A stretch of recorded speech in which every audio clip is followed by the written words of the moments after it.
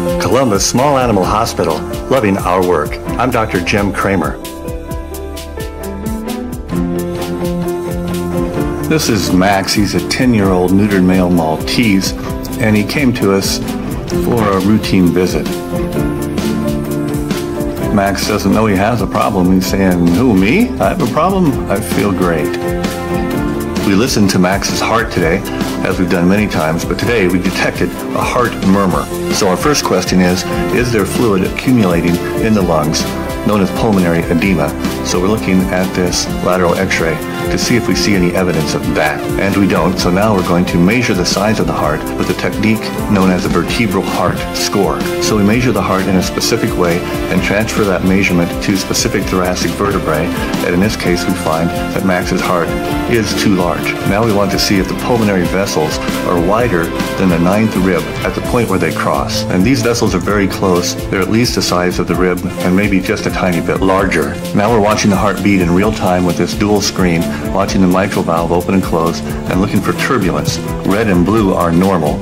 Yellow and green are evidence of turbulence. Now we're watching the left ventricle beat in cross-section, and the right ventricle is just above it. Now we're looking at the same thing a different way, and we can measure the wall thickness and the lumen and generate all of these numbers. The most important number for today's purposes is the LVIDD, which is the left ventricle internal diameter in diastole. And the value that we get today is 33.3, which is elevated. It's too high for Max.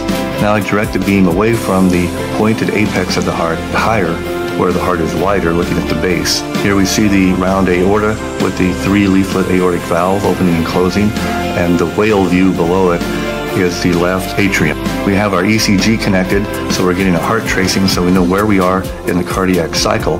We want to measure the diameter of the aorta in a specific place in a specific way and compare that to the size of the left atrium. We want to know if the ratio is above 1.3, because if it is, then the left atrium is too large. So we've learned a lot today. We detected a heart murmur for the first time, so we wanted to know whether or not Max is in congestive heart failure, and the answer is no. The next question is, does Max qualify for early treatment? If he qualifies for early treatment, that means he's headed toward heart failure, and we can push that day off by an average of 18 months. We found that Max's heart is remodeling and becoming larger because the vertebral heart score is elevated. So the next question is, does Max qualify for early treatment? Would he benefit from it? And if so, how much treatment? And the answer is yes, he does qualify. The left ventricular internal diameter is above normal ranges for his size and weight, and the left atrium to aorta ratio is above 1.3. So he does qualify for early treatment. We would call mild changes. So we're going to add heart medication to Max's life, which is going to extend his life probably by a couple of years, and push off the day when he goes into heart failure and requires more medication. With serial echoes done over time, we can watch Max's progress and see when the changes go from mild to moderate, at which time we would add more medication to the regimen. So Max, you're a lucky dog that we caught this today, and you're going to live a longer and happier life as a result.